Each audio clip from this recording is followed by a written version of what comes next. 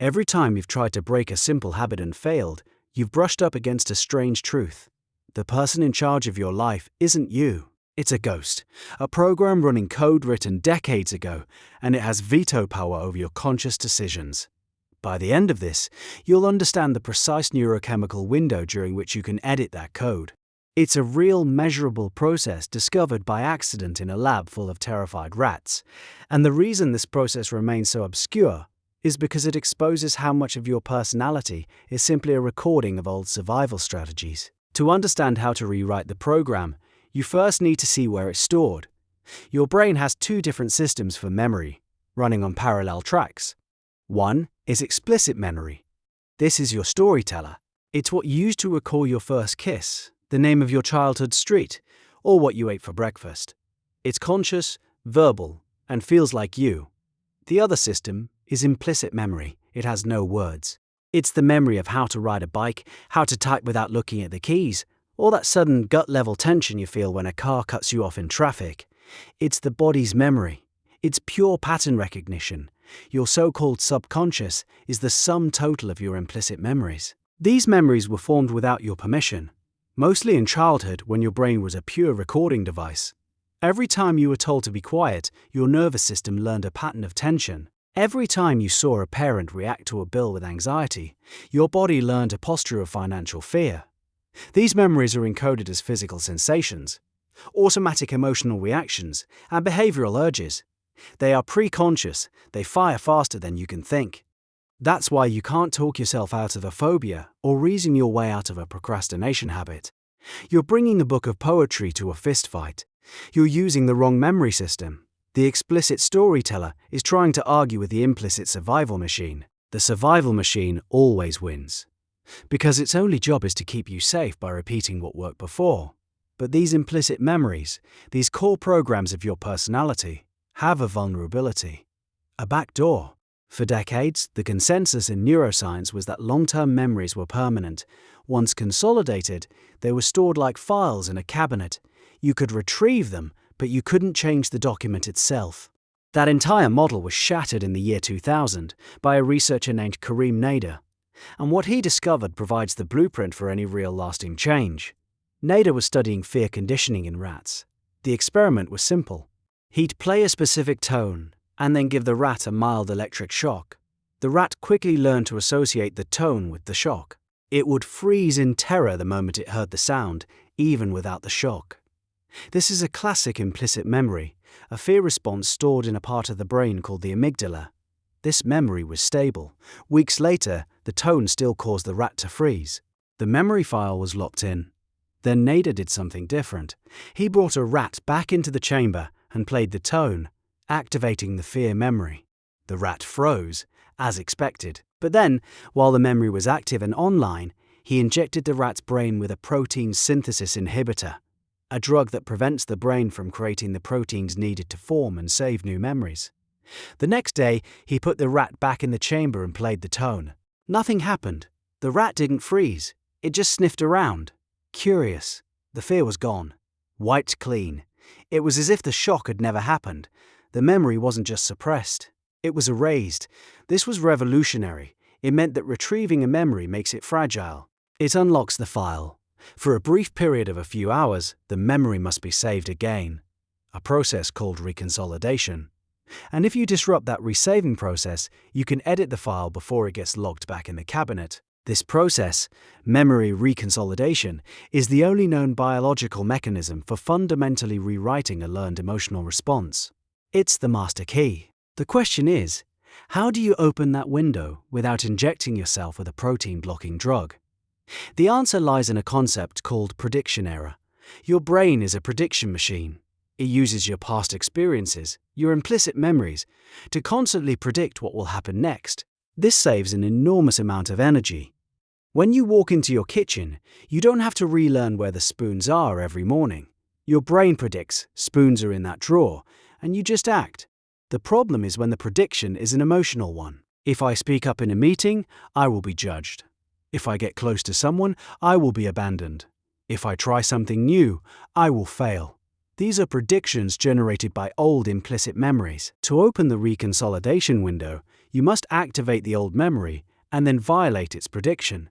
You have to create a mismatch, a moment where the brain predicts one outcome and the world delivers another. This mismatch is the crucial signal.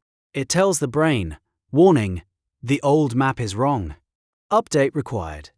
The old memory is now unlocked, fragile, and ready to be rewritten. For this to work, it has to be a genuine experiential violation. An intellectual understanding is insufficient. You can't just tell yourself, public speaking is safe. Your implicit memory, the survival machine in your gut, doesn't understand language, it understands experience. This is the mechanism behind almost every effective form of therapy. Take exposure therapy for a spider phobia. The therapist doesn't start with a lecture on spider biology. They have you activate the fear memory by looking at a picture of a spider. Your body tenses, your heart races. The old program, spider equals danger, is now running. Then, while that program is running, they introduce the mismatch. Nothing bad happens. You sit with the picture, you stay regulated. Your nervous system predicted catastrophe, but reality delivered safety. The prediction error is massive. You've now opened the reconsolidation window. The next step is to introduce the new information. The therapist might guide you to notice your feet on the floor, your steady breathing. You are actively encoding a new experience directly alongside the old fear. The brain, needing to save an updated file, now has two pieces of data for spider: the old danger signal and the new, felt experience of safety. Over repeated sessions, the safety signal gets stronger and the danger signal gets weaker. The memory is being rewritten. This is a slow, deliberate process of juxtaposition. You hold the old, painful emotional learning in your awareness. You bring it fully online. Then you introduce a new, contradictory experience that proves the old learning is no longer true. A therapist named Bruce Ecker calls this a disconfirming experience. It's the core of his work in coherence therapy. The goal is to find the implicit emotional truth that's running your problem behavior. For example, a person who chronically self-sabotages might uncover an old implicit belief that, if I succeed, I'll leave my family behind and be all alone. This is the brain's prediction. The self-sabotage is a brilliant, protective strategy to avoid that predicted emotional catastrophe. The therapy involves creating experiences that directly contradict this belief. Maybe they achieve a small success and consciously focus on how it brings them closer to their family, how they can share the rewards. They activate the success equals abandonment memory, then feed it the new data of success equals connection. Prediction error, the reconsolidation window opens. The edit can be made. But this editing process goes even deeper than just our minds and memories, because a huge portion of your subconscious programming is stored physically. It's in the way you hold your shoulders, the chronic tension in your jaw, the shallow pattern of your breath. These are physical memories. Postures of survival your body learned long ago and never unlearned. Your body's ambient state is a walking, talking implicit memory of your past. Think about it. When you feel anxious, you might feel a tightness in your chest. That tightness is a physical manifestation of the anxiety program. Over years, if that program runs often enough, the muscles involved learn to stay partially contracted. It becomes your default state. You live inside a body that is physically braced for a threat that is no longer there. This is where understanding the nervous system becomes critical. Specifically, the work of Stephen Porges and his polyvagal theory. In simple terms, your nervous system has three main states it can be in. There's a safe and social state where you feel calm, connected, and curious. This is run by a part of the vagus nerve called the ventral vagal complex. Then there's the familiar fight-or-flight state, your sympathetic nervous system, triggered by threat. And then there's a third state, the most primitive of all, shutdown or freeze. This is run by the dorsal vagal part of the vagus nerve. It's the possum playing dead. It's that feeling of numbness, disconnection, and collapse. Many of our deepest subconscious programs are patterns of moving between these states. An old memory of overwhelm might trigger a rapid shift from calm into shutdown. A memory of helplessness might lock you into a state of low-grade freeze, which you experience as chronic fatigue or procrastination. Reprogramming at this level requires working with the body directly. It requires learning the language of sensation. When you deliberately slow down your exhale, you are sending a direct signal of safety up the vagus nerve to your brainstem. It's a bottom-up command. You are telling the survival machine, we are safe right now, in the only language it truly understands, the language of the body. Practices like yoga, tai chi, or even just consciously relaxing the muscles in your face are forms of somatic reprogramming. You are activating the old patterns of physical tension and then introducing the mismatch, the new, contradictory experience of deliberate relaxation and safety. You're creating a prediction error in the body itself. The body predicts, threat is coming, must stay tense, and you deliver the experience of no threat, release is possible. Over time, you are recalibrating your nervous system's baseline. You are teaching it a new default state of being. Which brings us to the most powerful subconscious programmer of all, the one that runs 24 hours a day, 7 days a week. Your environment, the physical space you inhabit, the people you talk to, the information you consume, these are constantly, silently shaping your implicit memories. Every object in your field of view is a cue, a trigger.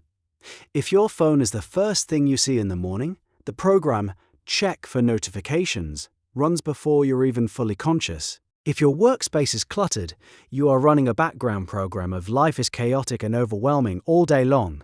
You are marinating in these signals. You can try to use willpower to overcome them, but you are fighting a battle of 1,000 tiny cuts. Willpower is a finite resource. Environmental cues are relentless. Altering your environment is the most direct form of subconscious reprogramming available. It's designing a world that automatically triggers the programs you want to run. Putting your running shoes by the door cues the go for a run. Deleting social media apps from your phone removes the cue for the mindless scrolling program. Curating your social circle is a form of environmental design. Spending time with people who are calm and ambitious implicitly teaches your nervous system that these states are normal and safe. Your brain's mirror neuron system will begin to subtly adopt their mannerisms, their emotional states, and their ways of thinking. You absorb the subconscious of your tribe. This is the most challenging and most confronting part of the entire process. The science shows us that who you are is largely a function of what your brain has learned to predict, based on past experiences. It shows that these predictions are stored as implicit, bodily memories, and it shows that to change them, you must create a direct experiential mismatch. But it also shows that you are in a constant feedback loop with your surroundings. The environment triggers your old programs, and your old programs lead you to choose and create environments that feel familiar, which then trigger the old programs again. It's a self-sustaining loop. A cage, changing yourself requires the courage to change your world. It requires deliberately placing yourself in situations that create prediction errors, situations that feel unfamiliar and uncomfortable, because they are actively rewriting your oldest maps of the world. So, the next time you feel that old, familiar tug of a habit you want to change, see it for what it is. It's a ghost, an echo of a past survival strategy, an implicit memory firing a prediction about the future, and you have a choice. You can let the program run, reinforcing the old code, or you can activate it and then deliberately do something different. Anything different, create a small mismatch, a tiny prediction error. You can stand up, stretch, take one deep breath. You can introduce a single new piece of data. That is the moment the window opens. That is the moment you pick up the editor's pen. The change is a quiet thing. It happens in the space between the old impulse and the new action. And it's built one edit, one reconsolidation, at a time. The program isn't you. It's just the machine you've been letting drive.